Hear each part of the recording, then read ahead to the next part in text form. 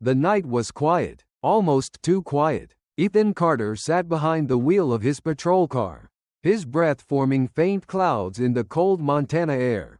The heater struggled against the December chill, barely making a dent in the frost creeping up the windshield. His shift was minutes away from ending, and he was already picturing the routine that would follow: microwaved leftovers, a cold beer, and a mindless late-night TV show that would fill the silence in his house but never the emptiness inside him.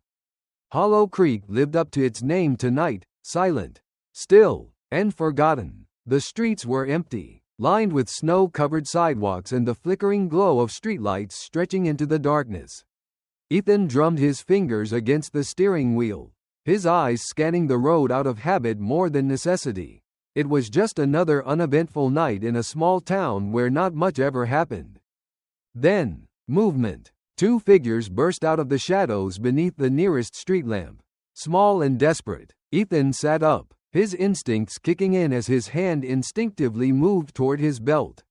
But what he saw made his breath hitch. A boy and a girl, no older than 8 and 4, were running barefoot across the frozen pavement, their thin pajamas offering no protection against the biting wind. The boy had his arms wrapped tightly around the girl, shielding her as best as he could even as his own body trembled violently.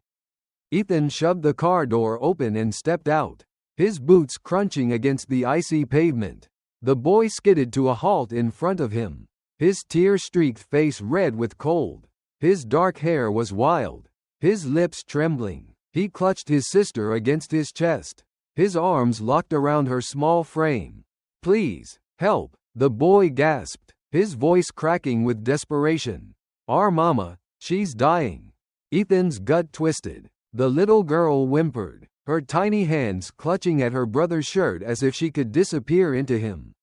Her lips were a frightening shade of blue, and her shivering was nearly convulsive.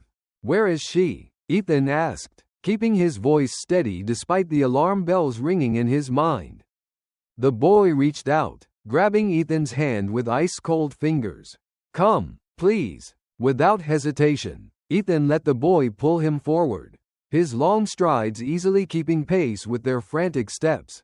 His breath came out in thick clouds as they ran, the air so cold it burned his lungs. The town grew darker as they left the street lamps behind, heading toward the outskirts where the old trailer park lay. The silence here was different, heavy, suffocating. The boy led him to a trailer that had seen better days.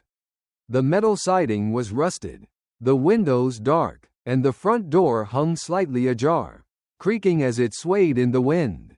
Something was wrong, very wrong. The boy pointed toward the inside, his whole body shaking. In there. Ethan drew his flashlight and stepped inside.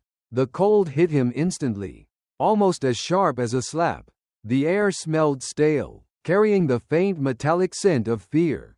The trailer was dimly lit by the weak glow of a lamp on the kitchen counter, casting long, eerie shadows against the walls. The furniture was sparse, an old couch with stuffing poking through the fabric, a rickety table with chipped edges, and scattered papers strewn across the counter. And then his light found her. A woman lay crumpled on the floor, her body twisted as though she had collapsed mid-step. Dark hair spilled across her pale face, her chest rising and falling in weak, uneven breaths. Her fingers clutched something metallic, a badge, tarnished and scratched with time. Ethan's blood ran cold. He knew that badge, and he knew her. Ethan dropped to his knees beside her, his heart hammering against his ribs. The flashlight clattered onto the floor, its beam casting flickering shadows across the trailer walls.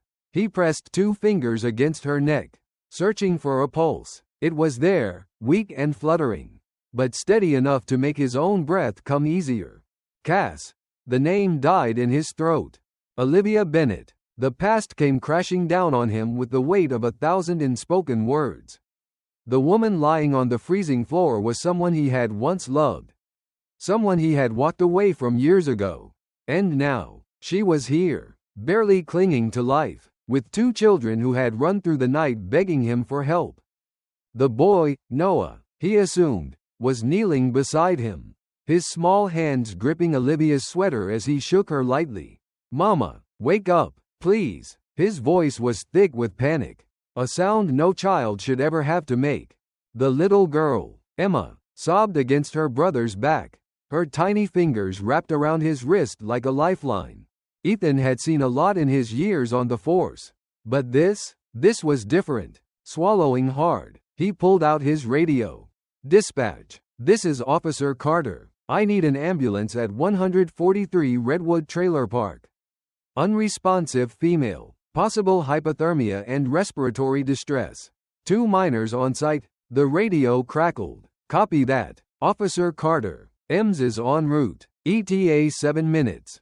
7 minutes. Ethan grabbed the tattered blanket from the couch and wrapped it around the kids, his heart twisting at the way Noah immediately tucked it around Emma first. "It's okay," he murmured. "She's going to be okay." Noah looked up at him then, his dark eyes searching Ethan's face, filled with something between hope and disbelief. "You know my mama?" Ethan hesitated for a beat before nodding. "Yeah," he admitted, his voice rough. "Yeah, I did." The hospital was bright, too bright. Ethan stood in the corner of Olivia's room, arms crossed as he watched the slow rise and fall of her chest. The machines beeped in rhythm with her shallow breathing, IV lines snaking into her arms. Noah and Emma sat on the small couch by the window, wrapped in oversized hospital blankets. They were too exhausted to cry anymore, their small bodies slumped together in silent worry. The door swung open, and Sarah Lawson, a social worker, walked in. She was in her late 40s, with sharp eyes that had seen too much and a voice that was firm but kind. "Officer Carter," she greeted, flipping open a file. "We need to discuss the children's placement." Ethan's stomach turned. Noah must have sensed the shift in the room because he sat up suddenly, his small fingers digging into Ethan's sleeve. "Please," he whispered, his voice breaking. "Don't let them take us away." Ethan swallowed hard, looking down at the boy. "You can't split us up," Noah continued. "Mama wouldn't want that." Sarah sighed, rubbing her temple. "It's not that simple. With no next of kin available." "I'll take them," Ethan said suddenly. The room fell silent. Even Sarah seemed momentarily taken aback. "You want to assume temporary guardianship?" she asked. Brows furrowed, nose grip on Ethan's sleeve tightened. Emma blinked up at him with tired, hopeful eyes. Ethan exhaled slowly. Yes, he had no idea what he was getting himself into. But as he looked at those 2 terrified children, he knew one thing for sure. He couldn't let them go. Ethan Carter had never felt more out of his depth in his entire life. Bringing a suspect into the station? Routine. Handling a domestic dispute? Standard. But bringing 2 terrified children into his home? That was entirely different. The drive from the hospital was quiet. Too quiet. Noah sat stiffly in the back seat, arms wrapped protectively around Emma, who was curled against his side, half asleep. Every so often, Ethan glanced at them through the rearview mirror, watching as Noah's dark eyes darted between the road and Ethan, wary and cautious. Ethan couldn't blame him. The kid had been through hell, and now he was being taken to a stranger's house, a stranger who, apparently, knew his mother. His mother. Ethan exhaled slowly, gripping the wheel tighter as his mind spun with memories of Olivia Bennett. It had been 10 years since he last saw her, and now she was lying in a hospital bed, fighting for her life. He had questions. So many questions, but the only thing that mattered right now was these kids. They reached his house, a modest, 2-bedroom home on the outskirts of town. Nothing fancy but solid. It was a place built for solitude, not for a family. But now, for however long this lasted, it had to be something else. Ethan shut off the engine and turned back toward them. "All right, we're here," he said, trying to keep his voice casual. Neither of them moved. Emma blinked sleepily at him, but Noah's grip around her only tightened. "Look," Ethan said, keeping his tone gentle, "I know this isn't easy, but you guys are safe here, okay?" Noah didn't respond. Instead, He slowly pushed open the door, scooping Emma into his arms before stepping out, his small frame barely making a dent in the snow-covered ground. Ethan sighed, stepping around to lead them inside.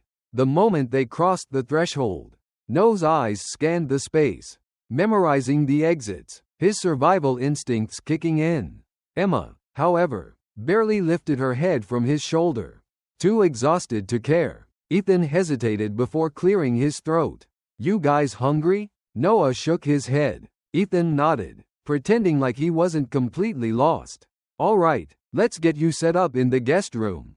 Then, the guest room was barely furnished, a bed, a dresser, and not much else. It had been used more for storage than anything. But now it would have to do. Ethan grabbed extra blankets from the hall closet, setting them down on the mattress before stepping back.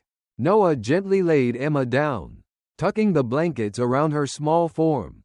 Her tiny fingers clutched the edge of his sleeve. But exhaustion won, and within minutes, her breathing evened out into sleep. Ethan watched as Noah hesitated, hovering protectively at the edge of the bed, before slowly sitting down beside her.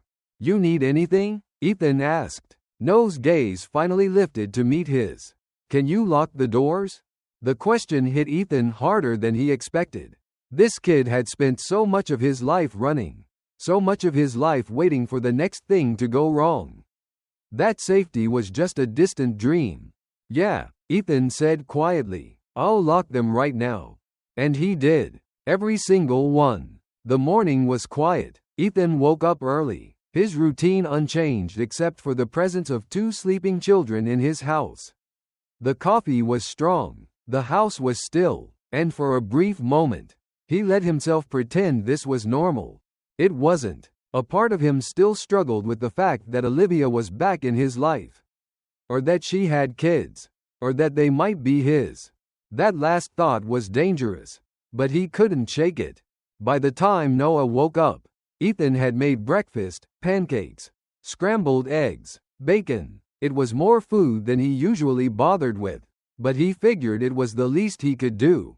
Noah hesitated in the kitchen doorway, watching him cautiously. Ethan gestured to the table. "Go ahead and eat." Noah didn't move. "Not hungry?" Noah shifted on his feet. "You won't take us back?" Ethan's stomach twisted. "I told you, you're safe here."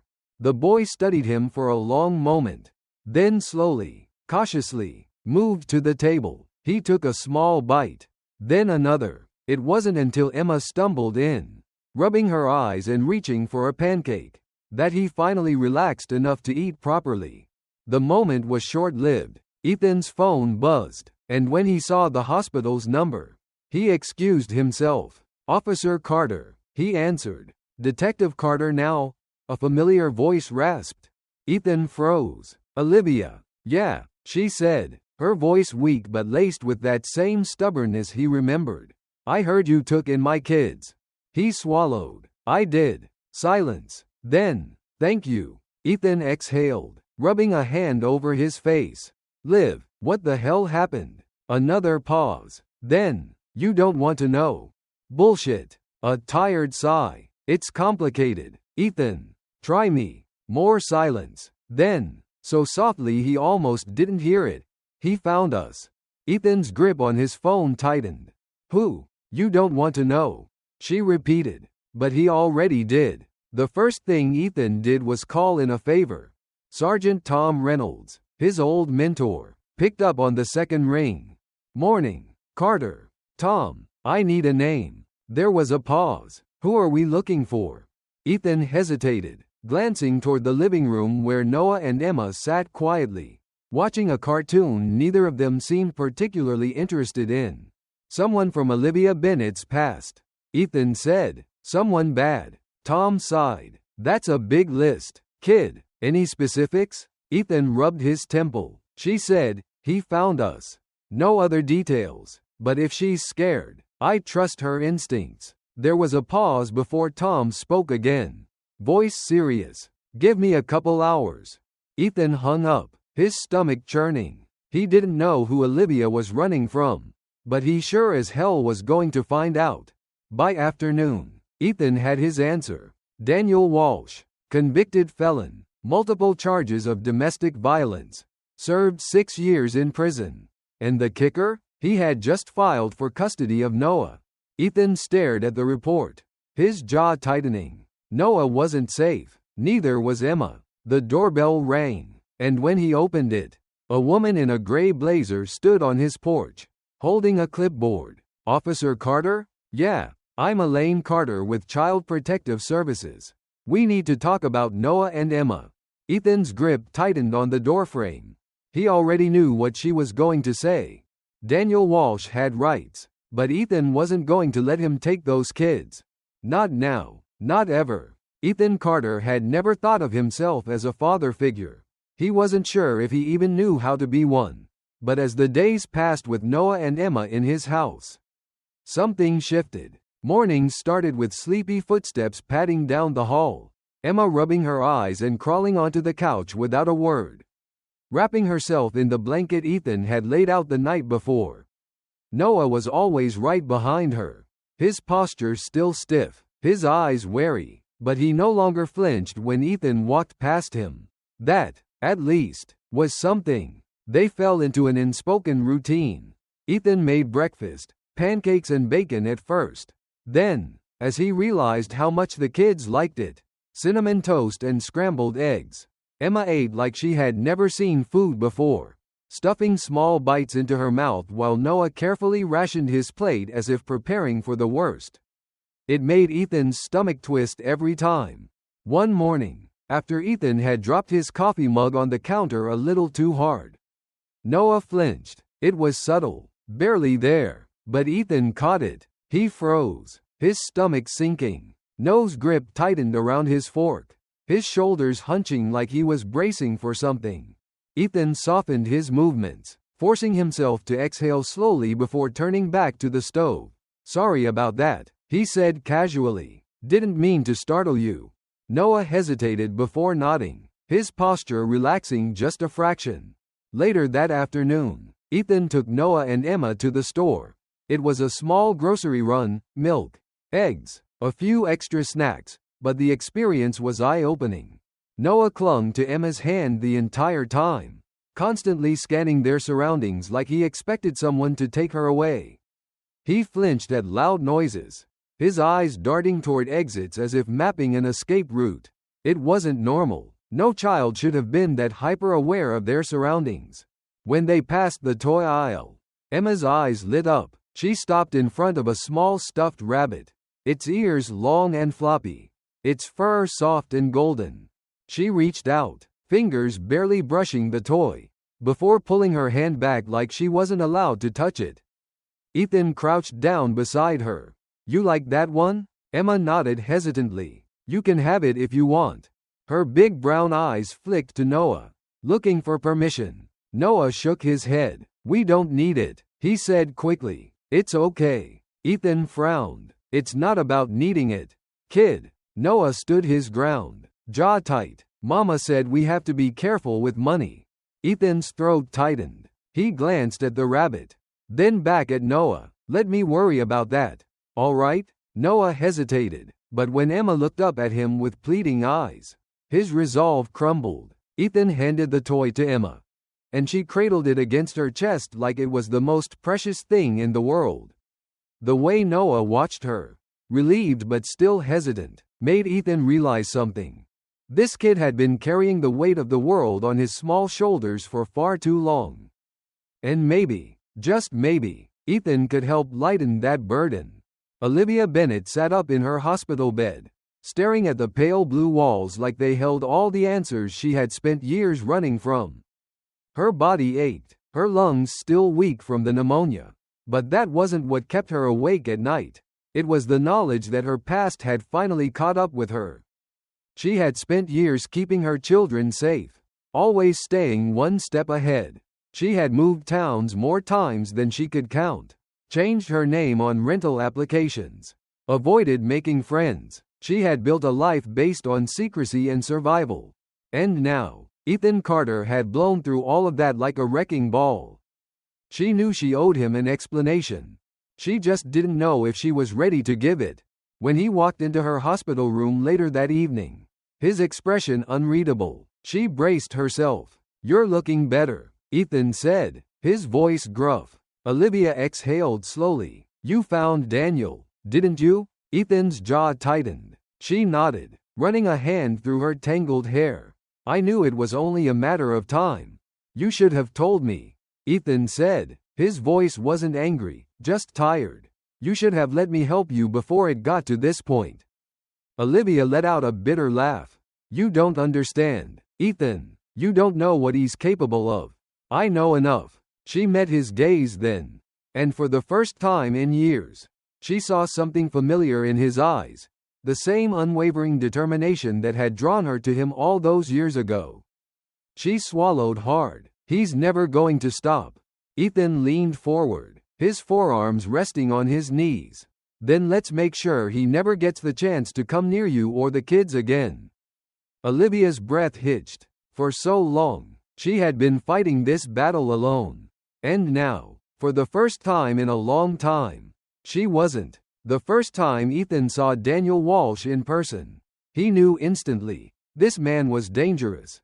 The records, the mugshots, the charges, none of it had done justice to the sheer menace radiating off him. Daniel was tall, broad-shouldered, with a face that had once been handsome but was now hardened by years of violence and prison time. His dark eyes locked onto Ethan's as he leaned against the hood of his car outside the courthouse, a smirk playing at the corner of his lips. "So," Daniel drawled, "you're the cop playing daddy to my kid?" Ethan didn't flinch. "I'm the cop making sure you don't get anywhere near them." Daniel chuckled, shaking his head. "You think a badge makes you untouchable?" Ethan stepped closer, lowering his voice. "No, but it makes sure scum like you don't win." Daniel's smirk faltered for a split second before he pushed off the car. Straightening, "You can't keep him from me," he said. "The law's on my side." Ethan's fingers twitched at his side, itching to reach for his gun. But he kept his stance relaxed. "We'll see about that." Daniel leaned in, voice low and cold. "This isn't over, officer." Ethan didn't blink. "It is for you." As Daniel walked away, Ethan's jaw clenched. This wasn't just a custody battle anymore. This was war. Ethan doubled the security at his house that night. He installed new locks, reinforced the doors, and even set up a security system, a luxury he had never needed before. But now, with Noah and Emma sleeping under his roof, he couldn't take any chances. When Noah saw the cameras being installed, he stood on the porch, watching quietly. "You think he's coming?" Noah asked, voice small. Ethan crouched down beside him. "Not if I have anything to say about it." Noah swallowed hard, shifting on his feet. "Mama always said he'd find us one day." Ethan's chest tightened. "He won't," Ethan said firmly. "I promise you." "Noah, he won't." Noah hesitated, then nodded. That night, as Ethan did one last security check before bed, he found Noah sitting on the couch, Emma curled up beside him, her stuffed rabbit tucked under her chin. "You guys doing okay?" Ethan asked. Noah looked at his sleeping sister, then up at Ethan. "You really won't let him take us?" Ethan knelt beside him, meeting his eyes. "Not a chance." For the first time, something in Noah's shoulders eased. Ethan didn't know what the future held, but he knew one thing for sure. He wasn't going to let these kids go without a fight. Ethan Carter sat in the courthouse hallway, his fingers tapping restlessly against his knee. The air was thick with tension, the kind that pressed down on his chest like a vice. Today was the first hearing in the custody battle, the day that would determine whether Noah and Emma would remain under his protection or be handed over to Daniel Walsh, the man who had terrorized their mother for years. He glanced down the hallway to where Noah and Emma sat on a bench, Olivia beside them. Emma clutched her stuffed rabbit, her tiny hands gripping its ears as if the soft fabric could shield her from the storm that was about to unfold. Noah sat stiffly, his small shoulders squared, his hands clenched into fists in his lap. He was trying to be brave, but Ethan could see the fear in his eyes. Ethan's lawyer, Mark Peterson, arrived, flipping through a folder of documents. "We have a strong case," he assured Ethan, though his tone carried a hint of caution. "But Daniel's lawyer is good, and the court tends to favor biological parents." Ethan exhaled sharply. He had known this wouldn't be easy. The doors to the courtroom opened, and the bailiff's voice rang out, "All rise." Inside, the courtroom was stark and impersonal, the kind of place where lives were changed with the stroke of a judge's pen. The judge, a middle-aged woman with sharp eyes and an unreadable expression, took her seat at the bench. Ethan took his place beside Mark while Olivia sat on the other side of the aisle, her hands trembling slightly as she kept a protective arm around Emma. Then Daniel Walsh walked in, dressed in a dark suit, his hair neatly combed. He looked every bit the picture of a reformed man, but Ethan saw the act for what it was, a carefully crafted performance designed to manipulate the system. Daniel's lawyer stood first. "Your Honor, my client, Mr. Walsh, has turned his life around. He has a stable job, a home, and the right to raise his son. It is a fundamental right of a father to be involved in his child's life.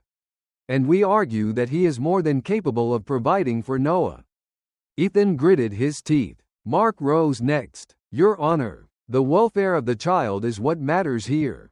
Mr. Walsh has a documented history of abuse, and his sudden interest in custody coincides suspiciously with Ms. Bennett's hospitalization. We believe he poses a direct threat to Noah's safety." The judge listened, her expression neutral. Then came the hardest part, testimonies. Olivia went first. She spoke haltingly, her voice shaking as she recounted the years of fear, the nights she had spent hiding, the bruises, the threats. She described the night she had run with Noah in her arms, terrified for their lives. Daniel's lawyer stood, his voice smooth as silk. "Ms. Bennett, do you have a police report from the alleged abuse?" Olivia's hands tightened in her lap. "No," she admitted. "I was too afraid to go to the police." The lawyer nodded as if that were exactly the answer he had expected. No further questions. Ethan felt rage coil inside him. Daniel had instilled so much fear in Olivia that she hadn't even felt safe enough to report him. And now, that same fear was being used against her. Then it was Ethan's turn. He stood, his posture straight. "Your Honor, I've been a cop for over a decade. I've seen men like Daniel Walsh before. They don't change. He's playing a game, using the legal system to regain control. Not because he cares about Noah, but because he wants to win." Daniel's lawyer smirked. "Officer Carter, are you implying that you are better suited to raise another man's child?" Ethan didn't hesitate. "I'm saying that I won't let this child end up in the hands of an abuser." The courtroom fell silent. Then Noah did something unexpected. He stood up. "I don't want to go with him," the boy said, his voice strong despite the way his hands trembled. The judge turned her sharp gaze toward him. "Noah, do you understand what you're saying?" Noah nodded, his chin lifting defiantly. "Yes, ma'am. He hurt my mom. His voice wavered, but he pushed through. He'll hurt Emma and me too." Ethan's throat tightened. The judge studied Noah for a long moment. Then she sighed. "We will reconvene in 2 weeks for a final decision." The gavel fell. The hearing was over. Ethan barely had time to exhale before Daniel was in his face. "You think you've won?" Daniel sneered, his voice low. "Dangerous." Ethan didn't flinch. "Stay away from those kids." "Walsh," Daniel smirked. "Or what? You gonna arrest me for standing in a hallway?" Ethan's fists clenched at his sides. He wanted nothing more than to wipe that smug look off Daniel's face. But he knew that was exactly what the man wanted, to provoke him, to make him slip up. Instead, Ethan stepped closer, lowering his voice. "If you so much as breathe in their direction, I will personally make sure you regret it." Daniel's smile widened, but there was something cold in his eyes. "You can't watch them forever." "Carter." Ethan watched as Daniel walked away, a sinking feeling settling in his gut. That night, he barely slept. He checked the locks 3 times. watched the security camera feed for longer than he should have, and stood outside Noah and Emma's bedroom, listening to their steady breathing. He knew Daniel wasn't done. And he was right. It happened faster than Ethan could have imagined. 2 nights after the hearing, he was patrolling the perimeter of his property when he heard the sound of glass shattering. His heart lurched. Gun drawn, he sprinted toward the house. Inside, he found Noah struggling against a pair of strong arms, kicking and thrashing as Daniel Walsh tried to drag him toward the door. Emma stood frozen, her stuffed rabbit clutched to her chest, her mouth open in a silent scream. Ethan didn't hesitate. Put him down. Daniel whirled around, yanking Noah in front of him like a human shield. Stay back, Carter, he warned, his voice wild. I'll take what's mine. Noah sobbed, struggling against Daniel's grip. Ethan took a step closer, his gun steady. You're not taking anyone. Walsh, let him go. Daniel's eyes darted to the side. He was calculating, looking for an exit. Ethan had seconds to act. He surged forward. Daniel barely had time to react before Ethan tackled him to the ground, ripping Noah from his grasp. The impact sent them crashing into the coffee table, shattering glass and splintering wood. Ethan pressed his knee into Daniel's back, cuffing him in one swift movement. You're done, he growled. Noah scrambled to Emma, wrapping his arms around her as sirens wailed in the distance. It was over. 2 weeks later, the judge ruled in Olivia's favor. Daniel was denied custody, his criminal history deemed too dangerous. Noah and Emma were safe. The first night after the ruling, Ethan tucked Emma into bed. As he turned to leave, her small voice stopped him. Uncle Ethan? He turned. Will you still be here in the morning? His heart ached at the question. He sat on the edge of her bed, brushing a curl from her forehead. Yeah, kid, he whispered. I'll be here. Noah stood in the doorway, watching. Then, slowly, he walked forward and wrapped his arms around Ethan. Thank you, he whispered. Ethan's eyes burned as he hugged the boy back. He had started this as a protector. Now, he was something more. He was home. Ethan Carter never thought his house would feel this full.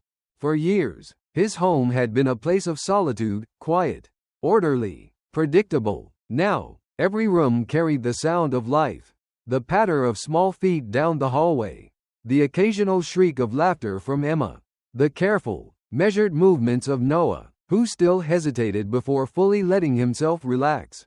Mornings started early. Emma would be the first to wake, wandering sleepily into the kitchen with her stuffed rabbit clutched in one hand, rubbing her eyes with the other. Ethan had learned quickly that she wasn't much of a talker in the morning. Just a quiet presence who waited patiently at the table while he made breakfast. Noah, on the other hand, took longer. He always woke up alert, his eyes scanning the room as if expecting something to be wrong. It made Ethan's stomach twist every time. The transition wasn't without its bumps. Emma had a habit of sneaking into Ethan's room at night when she had bad dreams. The first time, he'd woken up to find her curled into a ball at the foot of his bed, her small form barely moving under the blankets. When he'd carried her back to her own bed, she'd woken just enough to murmur, "Mama used to let me stay." Ethan hadn't argued. After that, he left the door cracked open, just in case. Noah, though, was another story. He didn't talk about his fears, didn't let himself show weakness. But Ethan saw it in the way the boy checked the locks every night, in the way he tensed at sudden noises, in the way he always positioned himself between Emma and the door, as if he was the one protecting her. One evening, after dinner, Ethan found Noah sitting on the back porch, staring out at the darkened sky. "Can't sleep?" Ethan asked, sitting beside him. Noah shrugged. "I just keep thinking." Ethan waited. Noah hesitated before speaking again. "What if he comes back?" Ethan exhaled slowly. "He won't. He's gone." "Noah, you and Emma are safe." Noah nodded but didn't look convinced. Ethan placed a firm hand on the boy's shoulder. "You don't have to worry anymore. That's my job now." For the first time, Noah leaned into the touch. Just slightly. It was progress. Olivia Bennet was still adjusting to the idea that she didn't have to run anymore. For years, she had lived with a constant knot in her stomach, always looking over her shoulder, always waiting for the moment when Daniel would find them again. Now, with Daniel in prison, that fear should have disappeared. But fear wasn't something that left easily. She had been released from the hospital for a week now, staying in a small motel while she figured out what came next. But every time she looked at her reflection in the mirror, she saw a woman she barely recognized, someone exhausted, someone whose body had been worn down by years of stress. She wasn't just fighting for herself anymore. She was fighting for Noah and Emma. And for the first time in years, she wasn't doing it alone. Ethan had been there every step of the way, bringing the kids to visit her, checking in to make sure she was eating, helping her fill out the paperwork needed to officially secure custody of her children. One evening, as they sat across from each other in the motel room, Olivia studied him carefully. "You didn't have to do all this," she said. Ethan scoffed. "Yeah, I did." She exhaled. "I mean it, Ethan. I don't think I ever thanked you properly." "You don't have to," he said simply. But she did, because for the first time in a long time, she wasn't afraid of what tomorrow would bring.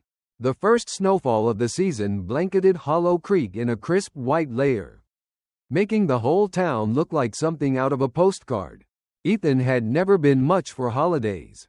As a cop, he had spent too many Christmases on shift, responding to domestic disputes or traffic accidents, watching from a distance as other families celebrated together.